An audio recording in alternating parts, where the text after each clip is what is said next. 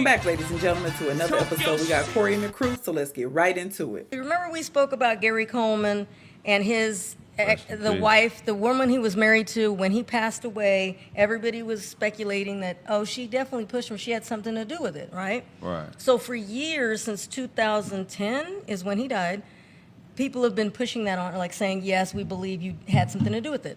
Time goes on, and a new show on A&E, it's for deception. It's called Truth and Deception. It's about lie detectors, people taking lie detectors. So she calls herself, oh, I'm about to prove it finally. You know, people won't let it be, and she failed him. Gary Coleman's ex-wife is speaking out for the first time after the documentary Gary raised the question, is Shannon Price to blame for the legendary child star's deadly fall? When he fell and have that much blood, that's, raises the question, what really happened there?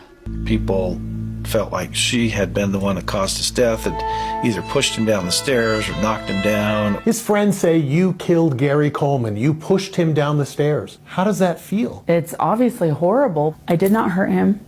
I have nothing to hide. Who you jiving? Gary Coleman was once the most popular child actor in America, starring on the beloved sitcom Different Strokes. What you talking about? But as an adult, he had to take a job as a security guard to make ends meet. In 2006, he met movie extra Shannon Price. I guarantee you, Shannon. The next year, Shannon, just 22 years old, and Gary, 39, married atop a mountain in Nevada. Only months later, Gary and Shannon revealed to me their relationship was already heading downhill. I don't like the violence. I really don't. Yeah, things get He does. Like what? Chairs. The printer today. The following year, they divorced, but Shannon was still living at Gary's Utah home when he suffered a horrific fall in May 2010. Her 911 call shocked the nation. Her head is bloody. There's blood all over the floor. I don't know what happened. I really don't know what happened. The 911 operator tells Shannon to apply pressure to his wound, but she refuses. I just can't be here with the blood. I'm sorry, I can't do it. I can't. I've just been kind of sick, and, I don't want to be traumatized. We hear the 911 call. Right. And the 911 call operator says, can you touch him? And you said, no, I don't want to touch him. Why didn't you try to help Gary after he fell? I did help him. I actually had to run around looking for a towel because we didn't have any in the downstairs bathroom. Other people need to understand and realize this was the first real traumatic situation I'd ever had to witness. She was more worried about herself than the person she was calling 911 for. Gary's friends call Shannon's behavior appalling. Gary's friends point the finger at you. Do you feel like you're being made into the villain here? Yeah, of course. When you're pointing the fingers at me, you better make sure your hands are clean. She says the police report and death certificate show she did nothing wrong. On the night of the fall, cops wrote nothing suspicious. The death certificate lists manner of death, accident. Gary died 2 days after his fall from a brain hemorrhage. What happened next would stun everyone when Gary's deathbed photo with Shannon staring straight into the camera lens hit newsstands. The hospital photo. Right. Why did you take the photo? So now what? So that it hasn't even aired yet. They just spoke about it. Yeah, that was her. She looked like she would do it. The jury will now go off and deliberate on guilty. That's guilty. Oh, yeah. Yeah, and the guy administering the test, the FBI guy, was telling her there. He was like, you failed both serious questions. So we'll see what happens with that. I don't know. She looked like Gaston from Beauty and the Beast. I cannot. Gaston. I played Gaston in my 6th grade play. Did you? Right. Oh, did you? Oh, what? No one takes mushrooms like Gaston. No. Oh, my God. That's funny. Oh, my God. Poor Gary. Yeah, she was always crazy. So we'll see what happens with that because... I mean, if you're a black man who's under 5'7" and you go to Utah to get married, do you expect to live? You expect for it to go right. I mean, I'm just saying. So sad. You gotta know. And he was a virgin? He was a virgin. Yeah. That's what he told the world. Yeah.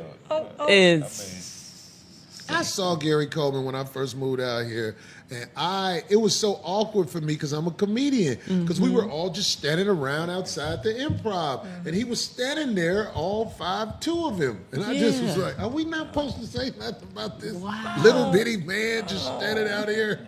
Like, Gary. Hey, how much gum is under this table, kid? Oh, God, poor Gary. That's how I think. I'm stupid. Oh, bless his soul. What's a teether? He had a rough life. Oh, okay. Yeah, rest in peace. Yeah, rest in peace, for real. He did. For real. R.I.P. to Gary Coleman. He did have a rough life. From stuff I heard, Different Strokes was before my time, but I do remember, like, they said his parents and them, like, blew through his money, which is why he was doing a security guard gig for a while. But do y'all see this ugly white woman, this wildebeest, this lying she-devil? Ain't no way. Okay, you failed the lie detector test, but to my knowledge, those don't hold up in court. Y'all divorced, but you still living in his house. In some kind of way, your husband that you care about have a fault and you can't render no type of aid. You probably just called 911 and pretended to care just to cover your tracks. But just think about it. You married to somebody.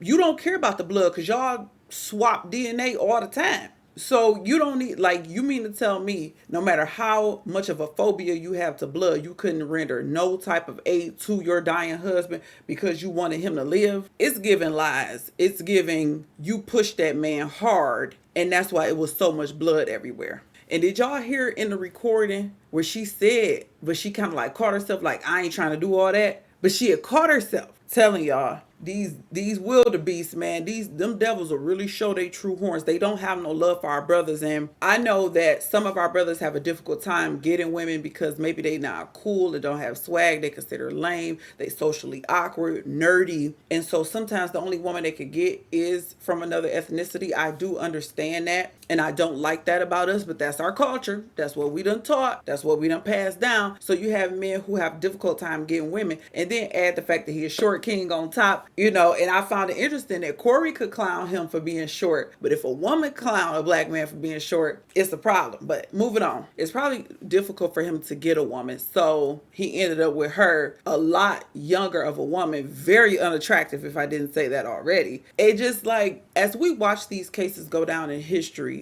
we never really see a lot of successful black men who marry these others and they go down the road and have these happy marriages and go on to have kids and grandkids. It's usually don't end like this, but it's usually always some kind of issue, some type of divorce, and I want money and some type of money grab. But it's like our men have been taught systematically to not love their own women and think the worst of us, and our women, same thing. We've been taught and we feel like we're better than our men and we don't want our men, so we run to these other nations. Both genders, the women run into these others, our men run into these others, and what is it getting us? How much better is it? Because there was a point where we were told that the Caucasian woman was more submissive, but in this day and age with cell phones, we're seeing that ain't necessarily the case. Like, somebody been lying to us. And then when you take the women who live across the oceans, it's like, okay, they're more submissive because they have a whole different system that they're under. They're under their men. They can't get jobs. Their men are more dominant. But then if you bring them to America, they get that American Babylon mindset also. So it's like, it's systematic. It's very systematic. But I don't believe nothing that come out of this